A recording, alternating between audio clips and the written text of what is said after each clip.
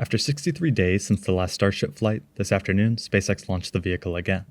In order to address some issues that occurred on the last flight test, changes were made to things like the upper stage engine ignition sequence, along with general hardware maintenance for both stages. Unlike the last flight, this time we saw a successful boostback burn at the first stage, followed by an impact in the ocean. As for the upper stage, its flight included the first ever deployment of real Starlink V3 satellites, followed by the longest in-space Raptor relight and an eventual splashdown in the Indian Ocean. Here I'll go more in depth into how the vehicle performed, some of the changes since the last flight, the overall flight profile, and more. There was a launch attempt on the 16th, but it was aborted immediately after engine ignition. SpaceX ended up swapping some of the engines before the next attempt on the 23rd, which was delayed due to weather. Fortunately, this afternoon the weather had cleared up. There was an opportunity to hold at T-1 minute, which was a change from the typical T-40 seconds, but there were no issues and the clock continued to count down. In the final seconds, the booster ignited all 33 of its Raptor engines. Just like the last flight, it got off the pad quickly and not long after had cleared the tower. The provided engine graphic showed all 33 engines were firing. From here, the vehicle continued to accelerate and gain altitude.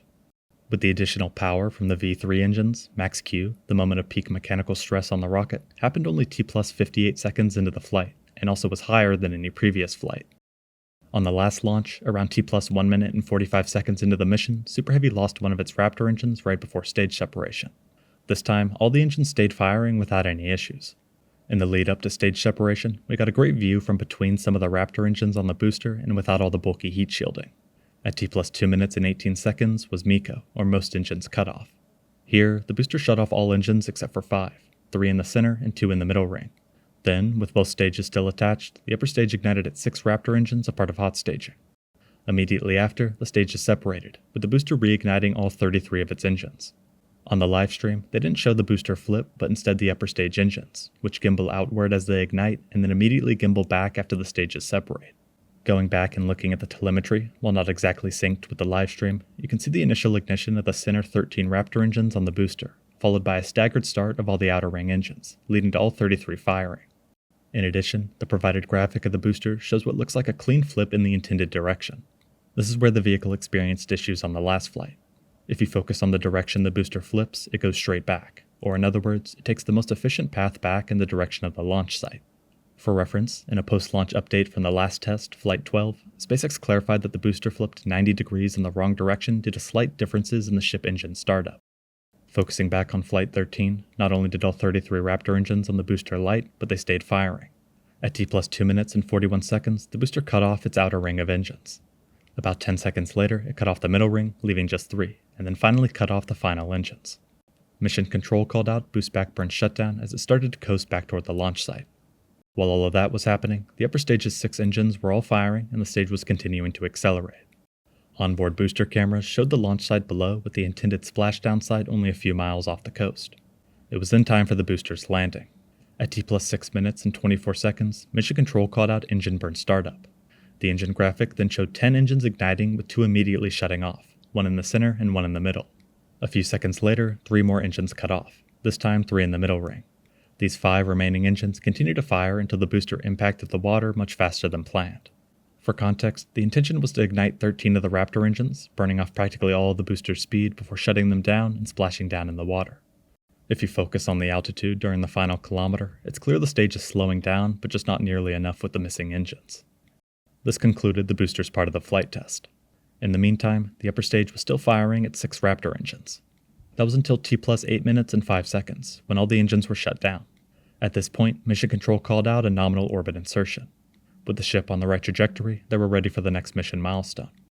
Around 17 minutes into the flight, the PEZ dispenser door was opened, and for the first time, a V3 Starlink satellite was deployed. Over the next few minutes, they continued to deploy satellites. The satellites were on the same suborbital trajectory as Starship, but then burning up upon re-entry only about 20 minutes after deployment. SpaceX also confirmed during the livestream that they were able to communicate with those satellites before they were destroyed. With payload deployment complete, there was another break before the next mission item. On the last flight, because there was an engine out during the second stage burn, SpaceX decided to skip a planned Raptor relight demo in space. This time they were able to try. At T+39 minutes, a single sea-level Raptor engine ignited. This burn lasted about 13 seconds before it was shut off. This was a much longer burn than any previous Raptor relight demo. Some of the previous examples lasted just a few seconds. With that final test out of the way, the ship continued to coast toward the Indian Ocean. Officially, at T plus 47 minutes and 30 seconds, Starship had begun Earth re-entry. Here we got great views of the plasma and heat surrounding the vehicle. On some views showing the aft flaps of the ship, you can see individual tiles on the metallic side. These, among others, are meant to provide data on different attachment options. In addition to these tiles, there were also some other heat shield experiments such as load sensing tiles.